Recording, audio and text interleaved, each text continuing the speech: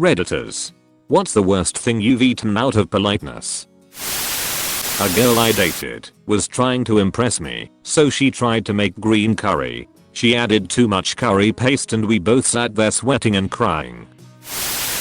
An undercooked potato, garlic, feta, chopped meat package in aluminium foil. It was supposed to be a Greek dish. We all got sick. My husband's grandma made us a miso soup. That was almost black from teriyaki and soy sauce in it. All of the vegetables in it were slimy and overcooked. It so barely resembled miso that the next day I made some regular miso for myself, and she was offended that I didn't eat the perfectly good leftovers. I was all confused until my husband whispered to me that she thought the abomination she served us was miso soup. Was working in China. They had a big celebratory banquet for us. They served a local delicacy, sea worms. It was a white tube that when immersed in near freezing water essentially dissolved into a gelatinous lump. Think fish flavored jello, with just a hint of residual gristle. Ugh. Had to eat several servings while downing shots of mayote. My grandpa made sushi. With tuna, rhubarb, yellow mustard, seaweed, and undercooked rice. Watched me eat it, make sure I got a taste of each ingredient. The entire time I ate it, I thought this tough bastard made it through the beaches of Normandy, eat the sushi and smile. I'm actually the one who made the horrible meal. When I was around 8, I decided I wanted my mom to relax while I cooked her dinner and did the dishes. I made way overcooked spaghetti with a plain can of diced tomatoes that I added water to because I thought that is how sauce worked. Finished it off with every seasoning herb we owned plus some ketchup because the sauce looked a little too much like water, and oh heck, some mustard, mayo and any sauce I saw in the fridge because she liked all those things. My mom took her first bite, smiled through it, told me how much she enjoyed not having to cook, then ate every freaking bite on her plate. She told me much later on that she ate the dinner I made her because she didn't want to discourage me from taking initiative and trying new things. She also later told me it was the most god-awful thing she had ever eaten in her life. Husband's mom made a lemon pie, but it was a special recipe she learned from her friend where there was no sugar and the crust was made of saltine crackers. Don't even have words for how sour and salty it was. But you best believe I ate it as it was delicious. My beloved but very elderly gram-in-law made chocolate chip cookies in which she messed up the sugar and salt and mistook the dried black beans in her cupboard for chocolate chips. Oh dear. I came home from school one day and was hungry and told my mother that, and she told me there was blueberry muffins. So I took one, and when I took a bite it was the driest, most flavorless thing I've ever eaten. So as to not upset my mother I ate it, and when I came back my mom was laughing. And I asked what was funny, and she told me they were a friend of hers muffins and my brother had spit them out when he tried it. So basically I got pranked by my mom. Chitlins. Chitterlings. My husband begged me to try it. It's his favorite dish. I tried a small bite. It tasted like straight shit. Straight fermented shit. I told my friend about my experience and she insisted it just wasn't prepared right and I needed to try hers. I went to her house and saw that she prepares hers with green peppers and onions. I was reluctant but hopeful. I took a bite. It tasted like straight fermented shit with a side of green peppers and onions. I was nice and I took 2 bites, but I couldn't stomach anymore. When my sister was 5, she had my mom, friend and I sit for her tea party. She made us drinks. I asked her what she gave us and she said it was water and sparkle perfume. This one's actually kinda funny. My grandma died right before Christmas. We all got together for the holiday and my aunt was understandably still taking it really hard. She'd made something she called vanilla angel food pudding cake. It was in a shallow casserole dish. Top layer was whipped cream and cookie crumble. Middle layer was vanilla pudding. Bottom layer was crumbled angel food cake, soaked to the top in a massive pool of bourbon. The cake was floating in the bourbon. We later found out she'd mixed even more bourbon into the pudding layer. She didn't tell anyone it was alcoholic, so we all got scoops assuming it was a syrup or something. My cousin was the first to bite into it and had to run to the trash can to vomit as soon as it got in her mouth. Another person got a forkful near their nose and freaked out and yelled in shock. Cue my aunt beginning to completely melt down about how she's trying so hard and she got the recipe from a friend and it's not that much alcohol and grandma was such a good cook she would have helped her etc like full blown about to lose it. The cousin that vomited tried to claim it was something else while the yeller tried to play off that they saw a bug across the room.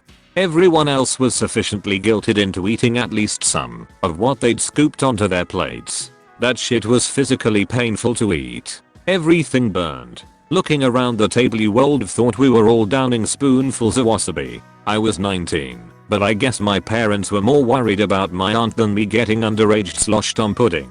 But about halfway through my portion they found a discreet way to dump my plate. The whole place reeked a couple minutes after we dug into the pudding too, so it was this awful inescapable sensory overload of bourbon. My ex-sister-in-law's spinach casserole. My daughter puked it up into the heat vent and I had to clean it out. My wife's cooking. When we first got married, I do the cooking now. I think that was her plan all along. Girlfriend in college wanted to be nice to my roommate and I because she often ate over at our apartment, so she was to cook dinner one night. Teriyaki steak. Somewhere along the line, she got TBSP and cup mixed up and added 3/4 cup of salt. Pretty sure we were nearing the LD50 of salt for a human, but I ate as much as I could and drank as much water as I could for the next few days. Sea snails with my Vietnamese friend. I paid for it when I tried to pull it out with my teeth instead of using the little toothpick. Since it is in a spiral inside the shell, it snapped out of the shell and sprung forth, bouncing off my face and onto the table, leaving my face covered in fishy smelling, briny seawater. I would have run straight to the bathroom, but I was temporarily brinded. I went to Kenya on a college trip. For the first week we were there we built a kitchen into a school. Every day my buddy and I would joke about this goat at the school and his bigots nuts were. Well, fast forward, and the last day we were there the school put on a feast, eating corn, beans and kale, grown at the school, with goat meat. The local elders came by at the end to show their appreciation. My teacher, who was from Kenya, got up and said the elders have prepared a delicacy. It is somewhat of an insult to not eat what they present you. Bam, here came the karma bus. Now I enjoy fried Rocky Mountain oysters, however what they served was a barely boiled got bull. I tore off a sizable chunk like a champ. I will never forget the rubbery texture or the ultra gammy taste, but I ate it like I was honored for even being offered. I know this is a horrible thing to say, but because I was beaten into eating my food as a child, I can eat pretty much anything, no matter how much I don't like it. But my in-laws' god-awful Thanksgiving dinners tried me to the limit. I quit going to their Thanksgivings because of how nasty it was. And for me to say that, it means the food was nasty. Not a one of them knows how to cook, and I think they subsist entirely on cheap microwave dinners. Grandma can cook supposedly. They got a pre-cooked turkey and dried it out further in the oven. That wasn't too bad. Super generic box mac and cheese made the night before, stuck in the microwave, and heated to lukewarmness. I could live with that. Super generic instant mashed potatoes that had the consistency of grit. Okay, I'll choke it down. Then we have the cornbread dressing, which was like they just took cornmeal and made it into a paste with water and heated it up. I positively loathe cornmeal dressing, yet I managed a bite or two. But the crowning glory of nastiness was Granny's famous trademark casserole that everyone revered like it was the casserole of the gods. Some concoction of asparagus, boiled eggs, crushed cornflakes and God knows what all. It was vile. I choked down a serving of it. God knows how. It looked like green vomit covered with boiled egg slices and it stank. To make all this stuff 10 times worse, the pervasive stench of raw sewage permeates the house from their unpumped septic tank that leaks into the yard. Still smelled better than the boiled egg and asparagus horror. I can't do it anymore. These people burned out my ability to eat nasty food with a smile. Back in the late 1970s, I was sent from California to a rural Maryland town for a 6 months job assignment. I was used to the wide variety of very fresh vegetables grown within a couple of hours of my city. In that rural Maryland town, I rarely saw what I would consider good fresh vegetables, except for a very short season, when farmers markets had local produce. I really missed my good veggies. I rented part of a house that had been converted to apartments. The nice elderly couple next door had a huge vegetable garden, consisting primarily of green beans. I used to lust after those beans. One day, Mrs. Neighbor saw me outside and invited me to join them later in the day for a barbecue. We are going to have the first of our own green beans. I could hardly wait. I was so looking forward to those beans. Mr. Neighbor barbecued and Mrs. Neighbor plated the food in the kitchen.